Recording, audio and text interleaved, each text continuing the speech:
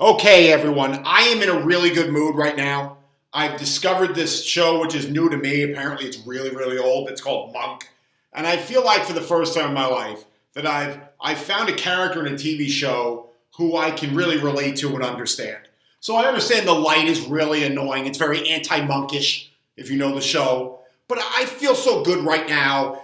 I'm not going in the basement and going and getting that circle light and then knocking it over and dealing with shadows. So just forget about this right now and let's focus on the content.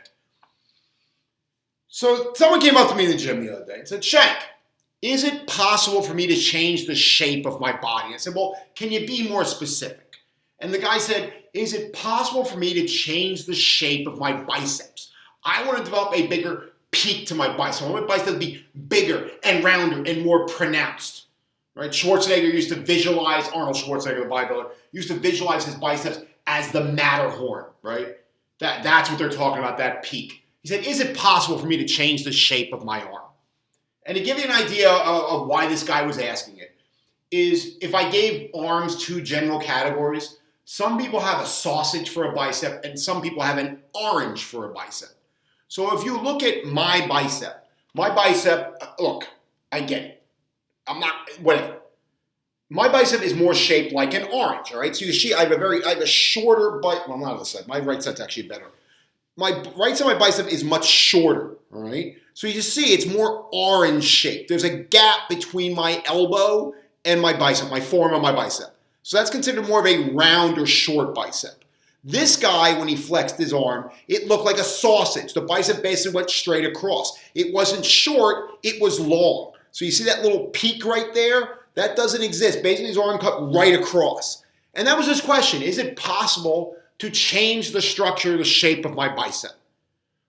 In my experience, as much as I'd love to make all their wildest dreams come true, there's only one person in history I've ever known about who has successfully changed the shape of their body on that dramatic of a degree. And that's a gentleman named Joe Weider. Now, when I explain to you how Joe Weider did this, you'll understand where I'm going with it.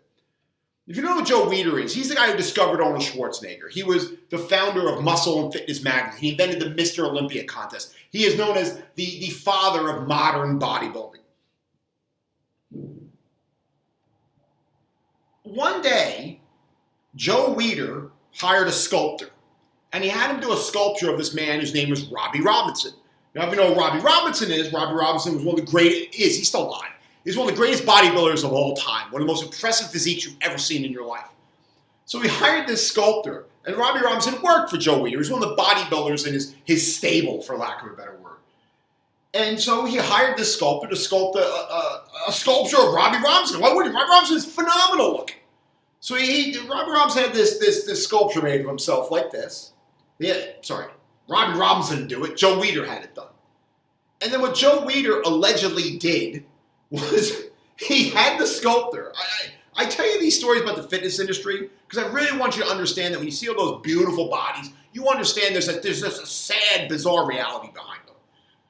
He had the sculptor sculpt Robbie Robinson's phenomenal world-class physique. And then allegedly had the sculptor chop off Robbie Robinson's head and put his own head on it. Let me just think about that for a second. He literally used his money and power to hire a sculptor to sculpt another man, who happened to be, I believe, a West African black man. Joe Weider was a Polish descent Ashkenazi Jew. So just think about that visually, all right? Think about that visually, how bizarre that is. He had him sculpt Robbie Robinson, chop his goddamn head off. Right? He was a member of ISIS. And then put his own head on it. Right? That is so absurd. But it is literally the only story I've ever heard of someone fundamentally change the structure of their body. That's how ridiculous that is. No, you cannot turn a sausage into an orange and vice versa. But what you can do, and this is where, thank God, Steve Holman came to the rescue, you can manipulate your exercise selection to help you make the most of the structure you have to give yourself the most appealing look possible. Now you may say, who the hell is Steve Holman? Steve Holm was this guy. He used to write for Iron Man magazine. I don't know what he's doing nowadays. I don't hang out with him. We don't lunch. But it had to be about, 26 years ago. Steve Holman came up with this concept. Not Plenty of Fish. It's not a dating website. He had this thing called positions of flexion. And the idea that Steve Holman promoted was that muscles, and correctly so, work the body through multiple ranges of motion. Why? Well, we are tool-yielding creatures. We are not apes. We are not harbor seals, right? The human pectoral has subdivisions of fibers around your breastbone. It's got fiber divisions around your clavicle. It's got fiber divisions around your costolateral ribs. Why? We are tool-manipulating creatures, right? We are not that monkey with the cymbals that does this, right? We have to have arms that work through this plane, that plane, and this plane. So the body made very complicated pecs that have attachments all over the place. Well, same thing goes for your biceps, right? You have a bicep, not a unicep, for a reason. Because you have to be able to bend as a tool-using creature, you have to bend your elbow from this position here all the way up to there. Hence why you have a bicep. The longer or outside head of the bicep bends the elbow from back here. The shorter head or inside head of the bicep, they both go this way, bends the elbow from about here to here. All right? So if you understand that, and you understand what Steve Holm was talking about, that there are different positions of flexion, that different muscles are subdivided to make maximal mechanical use of, you can actually, to a degree, change the visual, how do I put this? The visual appeal of your body. You can't change your structure.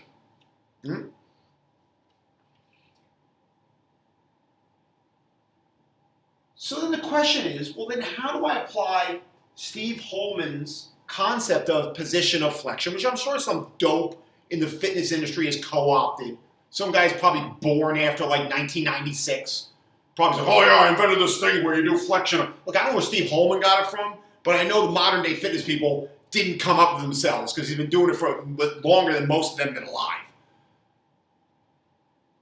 How do I manipulate what Steve Holman was talking about 26 years ago to help me make the maximal use of my body's shape?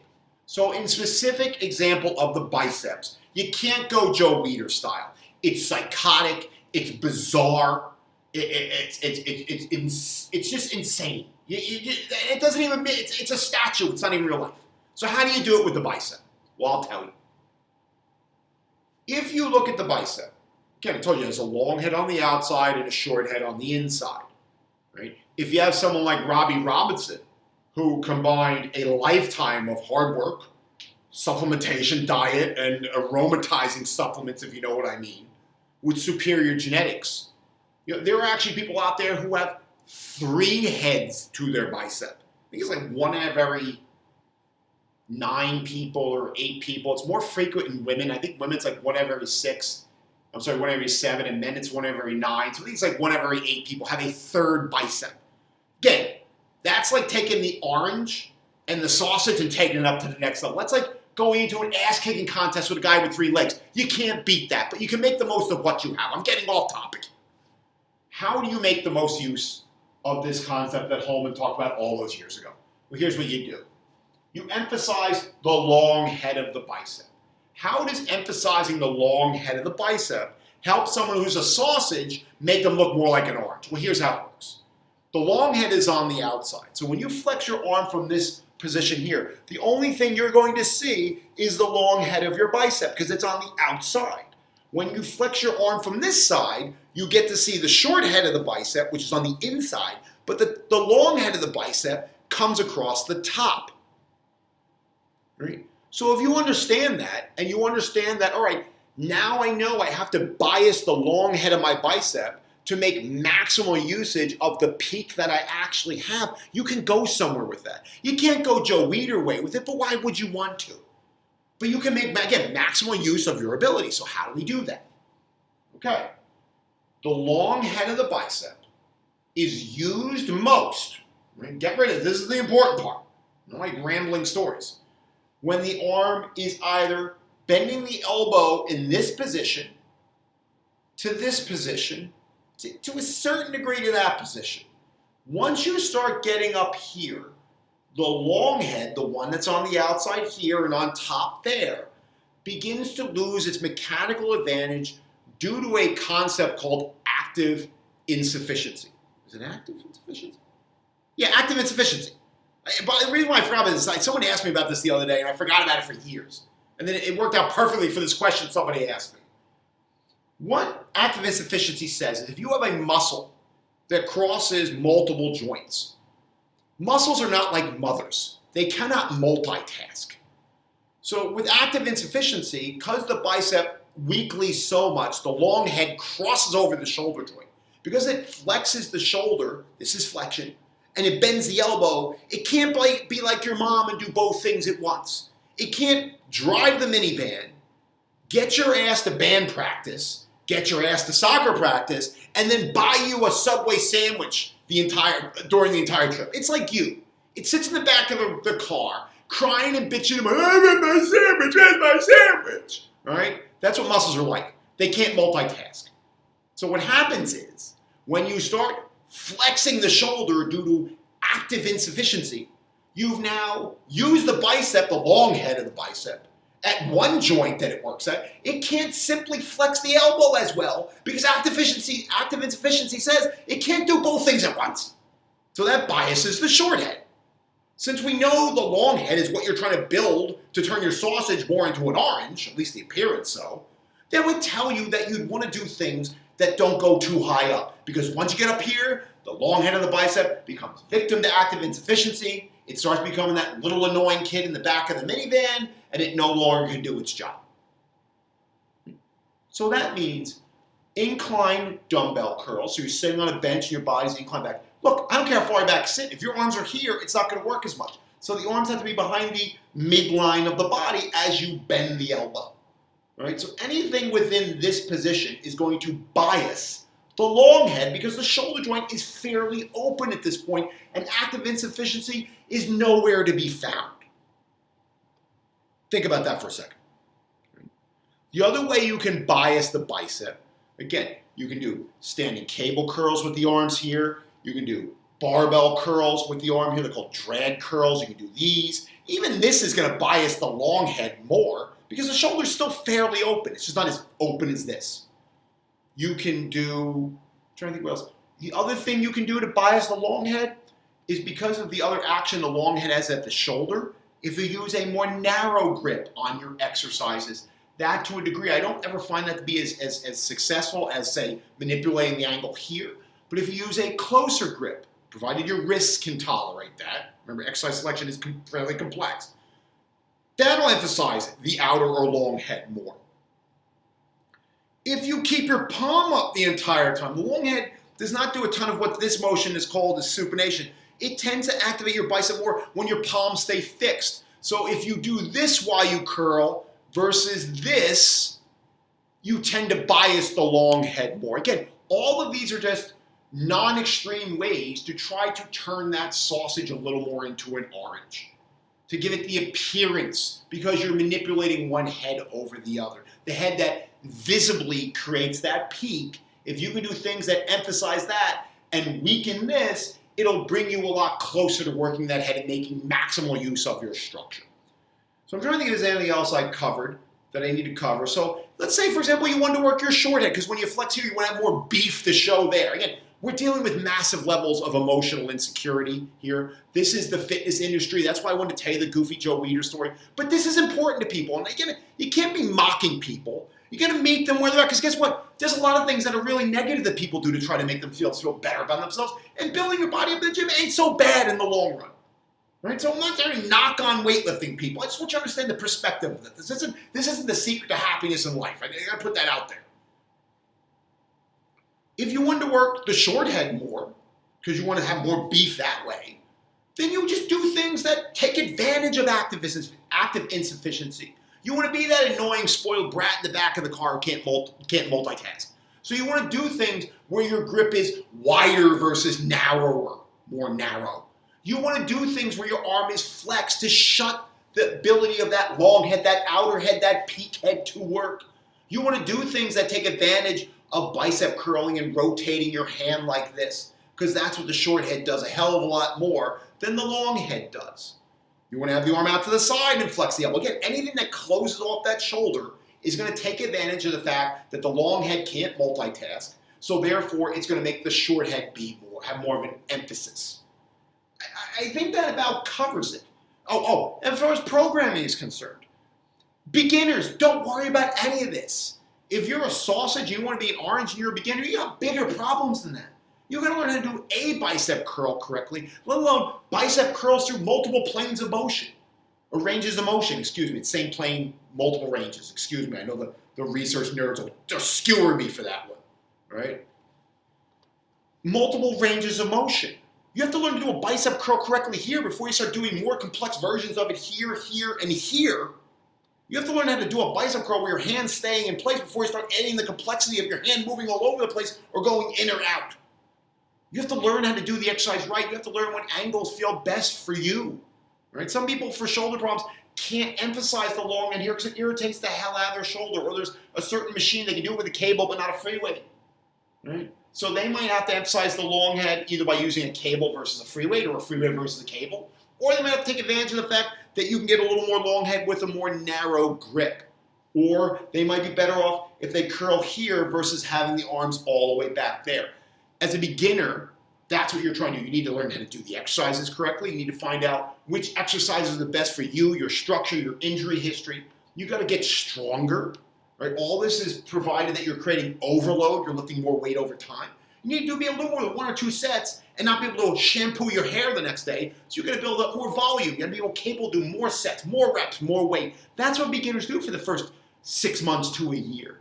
But then once you get past that 6 months to a year, and you start getting in that window, that 3 to 5 year window that guys like Lyle McDonald and Mike Boyle talk about a lot, about how we make 90% of your progress within like the first 3 to 5 years of a good solid weight training program, right? Or you just got to hire bodybuilders and cut their heads off. Those are your 2 options. That's when doing things like this might become more viable if you're into bodybuilding. If you're into powerlifting, unless it helps you with one of your 3 specific lifts, who cares? If you're an athlete, unless it helps you with your sport, who cares? It's not valid information for that. But for bodybuilding and complete development of a muscle, you're not going to completely develop a muscle by just doing all your curls here, because your short head will always come up short. You got to at least move the grip in and out if you can tolerate that. Right? I don't care if you can curl 200 pounds here. That's not what bodybuilding is. Bodybuilding is working the muscle through multiple angles and creating illusion. So you're not going to get away with doing one exercise, but you got to learn to do at least one exercise correctly at first. I'm rambling now. I'm starting to talk about 200-pound barbell curls like anyone actually does that. So in conclusion, is it possible to change the structure of your body, the shape of your body, I should say? Is it possible to take, say, like a shorter bicep or a longer bicep and make it shorter? Because that's what the person was asking me, how do we get more of that peak? And the answer is no. Unless you're living in an alternate universe, the fitness world of California, no, it's not possible. But thanks to guys like Steve Holman, there are ways to manipulate the natural laws, not the unnatural laws, the natural laws of human physiology to create a better situation for yourself. And in the case of the biceps, if you want more of a peak, understand the anatomy. The long head on the outside is what gives you all of your peak here and most of your peak there. There's another whole thing I could do about the brachialis muscle. I'm not going to get into that. This video already ranted on long enough. And then there's certain things you can do to emphasize that long head based on human biomechanics. Close grip versus wide. Right? Keeping the palm up the entire time versus turning it, which is not what the long head does very much. Right? Having the arms flex the elbow through this range versus this range. And that's about it. At that point now I'm just rambling on. Oh, and if you set the volume up and you're an intermediate to advanced and you're doing, say, like 4 bicep exercises a week, well, make 3 of them things that work your biceps through this range with the palms up. And do one thing to maintain your short head work. If you're doing 2 exercises a week, then do them both here. Right? If you're doing 3 exercises a week, do 2 here and 1 there. That way you maintain and you emphasize more of your volume on what you want to work. And that's how you'd set it up. If you're doing biceps, say, on Monday and Thursday, and the reason why I picked those days is because the whole concept of specialization, which I'm going to mention his name again, Lon McDonald's been talking about for like 20 years. Right? That was the example he used on the greatest podcast of all time with Steve Hole, which was the generic bulking routine. He used Monday and Thursday as the example, so that's why that's just in my head. Say you're doing biceps on Monday and Thursday, and you're using, say, 2 exercises each day for 4 sets each. All right, so you have 16 sets of biceps a week. My God, who does 16 sets of biceps a week? Whatever. Let's just say that's what it is. Well, you do 2 exercises on the first day for the long head, maybe like incline cable curls and barbell curls with a narrow grip, making sure to keep it here. Because again, here comes active insufficiency, right? So keep it around here. And then you do some incline dumbbell cable curls there on day 1. And then day 2, pick another exercise that works you through here or here with the close grip or there, right? And then just do 1 exercise for the short head where you're either coming here or there, so you maintain the development of that. Because it does have something to do with the peak, just not as much. And that's it. I understand for a lot of my general clients, none of you are ever going to be concerned about your bicep peak, and nor should you, right? But for people out there, if that's where you're at, and I know sometimes I get all like burned out and poo-poo, oh, fitness industry is no good. Look, I've been doing this for a long time. I got a lot of baggage with this industry and a little jaded. Anyone who's done anything long enough knows you get a little jaded, you get a little mean, you get a little nasty. I apologize. That wasn't a very good apology. It's not like I'm more angry about apologizing, but you get the point. I understand you got to meet people where they're at. And if you really do want to, it's going to make you happy or make you feel better about yourself, and you want to change the shape of your body, understand you can do it. It's just there's limitations. And some of those people like Robbie Robinson, again, who are the Arnold Schwarzenegger, like Ronnie Coleman, that have these just ridiculous bicep peaks. Try to understand that's a combination of a lot of factors coming together. It's not just hard work and dedication and all that stuff. Yeah, that's part of it. But there's a lot of other things that you don't want to mess with and you can't mess with that go into that. So I think this went on too long as most of my video. 22 minutes talking about goddamn bicep peak. Welcome to Shank land. Only I can talk about bicep peak for 22 minutes in a house all alone with real shitty lighting. Right? So what I'll do is when I do the video and I edit it, because I'm very excited. Tomorrow's the John Burns Super Bowl party. I'm going to take the video from there. The chicken parm sandwich is going down. So I'm going to, like I said, I'm watching Monk. I got the John Burns Super Bowl party tomorrow. I'm in a good mood. And I'm long-winded to begin with. But that's just who I am. And I can't afford an editor. I can't even afford a proper studio. So it's just, take it for what it is. I get it. Regular clients, you're not going to be using this as much. But it's important to understand this, that when people talk about changing the shape of your body, like anything in life, there's things you can manipulate, there's things that you can't change, and that's about it. Again, for a beginner, because I can't stop talking. For a beginner, you're not going to be worried about this. You're trying to get your 9 to 10 sets of biceps in a week, or some of you maybe 6 sets. Get to consistently learn how to do the exercise correctly. Learn to feel your biceps and not your shoulder and neck. If you're doing a bicep curl like this, or you're doing a bicep curl and you're doing this, or you got the bar all the way out here, your back is swaying, and you're not Schwarzenegger doing a 225-pound curl, you got bigger problems to worry about than bicep peak. Learn to do the exercises correctly, build the tolerance to volume, get stronger, learn the variations. And then after about a year to 2 years, when you become an intermediate and you decide this is something you want to work on, well, now you know what to do. Now you know for like 6 to 8 to 10 weeks, you can do 16 sets of biceps, right? And just you know now how to split them up. You know what exercises to do to get to that goal. And that's it. I need to stop talking.